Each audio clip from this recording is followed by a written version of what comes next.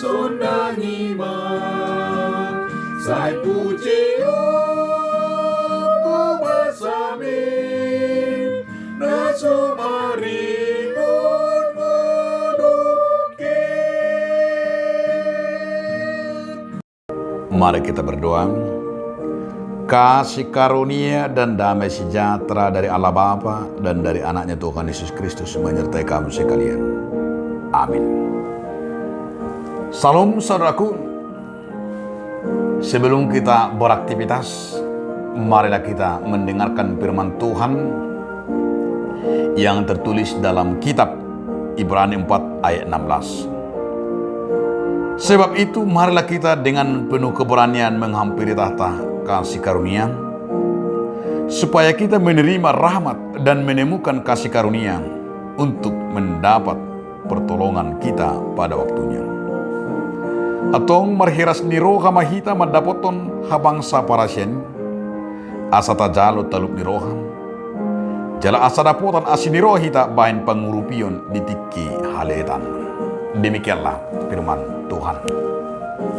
Saudaraku dalam nama Tuhan Yesus Kristus, judul renungan kita hari ini adalah kasih karunia. Apa itu kasih karunia?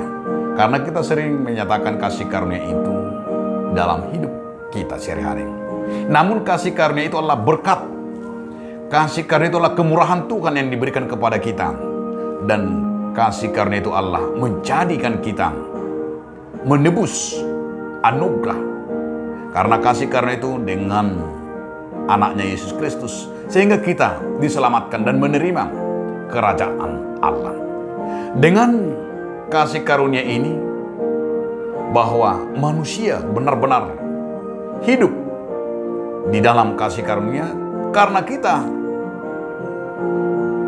menjalani hidup kita hanya dengan kasih karunia.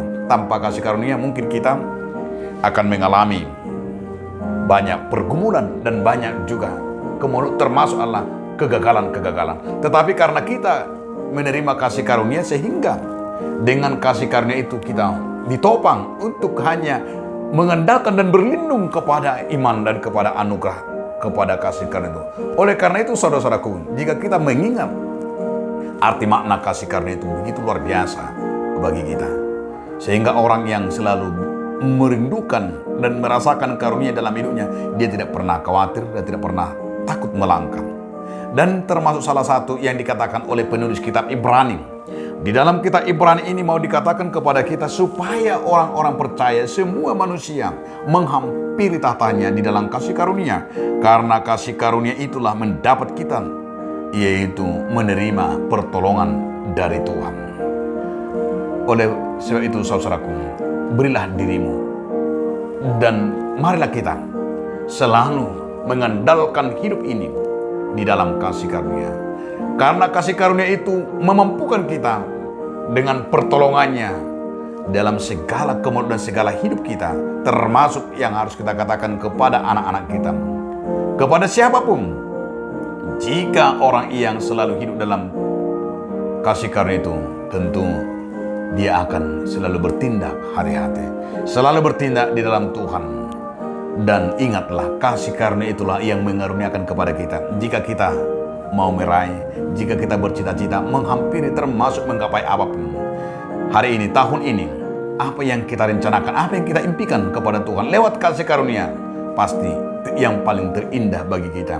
Jika kita menginginkan dan jika kita merencanakan segala apa yang dalam pekerjaan, dalam sekolah, di dalam menggapai apapun itu, mari kita dengan iman, dengan kasih karunia. Karena kasih karunia itulah memberikan kepada kita kesempatan apa dalam tindakan kita sesuai dengan kehendak Tuhan. Biarlah kasih karunia itu semakin hari semakin kita rasakan, dan sehingga kita semakin kuat di dalam Yesus Kristus. Amin. Kita berdoa. Terima kasih Tuhan atas firman-Mu yang mengingatkan kami. Dengan kasih karunia itu kami beroleh kekuatan dan beroleh berkat dari Tuhan. Kiranya kasih karunia itu Tuhan berlimpah dalam kehidupan kami. Terima kasih Tuhan. Amin.